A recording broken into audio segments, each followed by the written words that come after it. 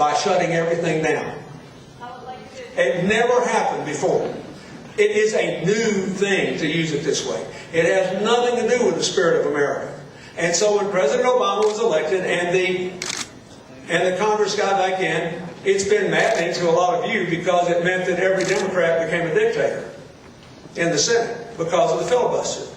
That's why there's a lot of things that I wish weren't in that Senate bill that I hope will be done in the conference. But it's not nearly as bad as it was when I was there. But that's what's going on. He's saying, let's go back to the way it was when Newt Gingrich and Tom DeLay and their allies in the Senate ran the Congress, and we could just shut everything down. Now, Martha doesn't agree with the president on everything, and she shouldn't. Nobody's right about everything all the time. We should have debates. But the idea that the Constitution was set up to let 41% tell 59% what to do is crazy. I can't believe that the birthplace of America would want to be the birthplace of modern paralysis. And let me just say one thing. All of you in this room, you need to take that Tea Party label back.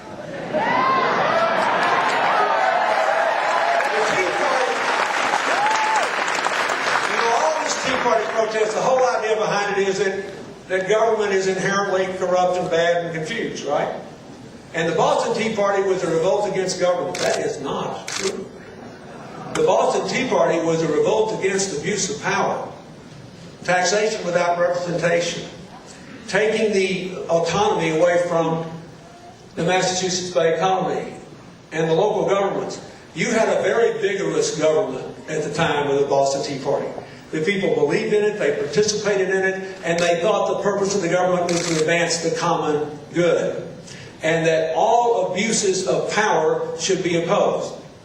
The reason the government got into more activities after the Industrial Revolution is that everybody has understood for the last 100 years, most of the abuse of power in this country has come from large concentrations of private economic interests pursuing their own interests over the public interest.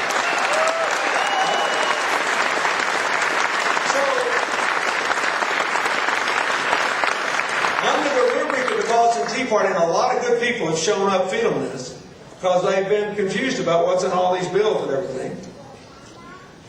Large private interests are looking for ways to play on people's personal alienation and anxiety so that they will have the continued freedom to abuse power.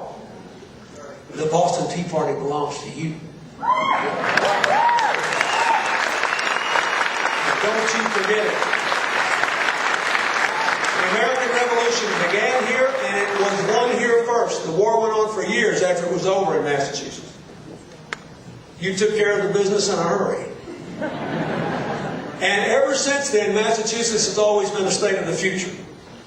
And America has always been a tomorrow country. If you want America to be a tomorrow country, we got to change our delivery system in energy and generate jobs. We got to change our economic regulatory system, not so that we choke off free enterprise, but so that we make it safe from its own tendency to abuse. We have got to change our healthcare system so it is both more economically competitive and more humane and effective. We have to modernize America.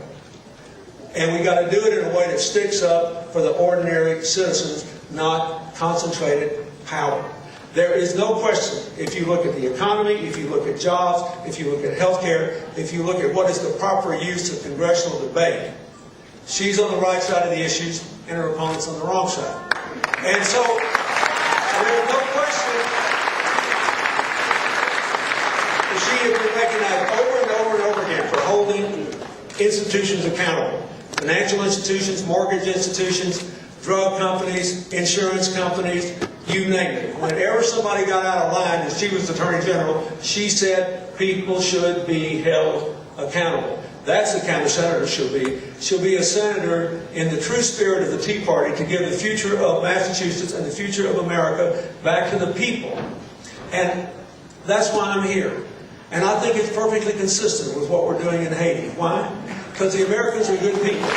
Wait. The Americans are good people, but we're helping Haiti because we can, right?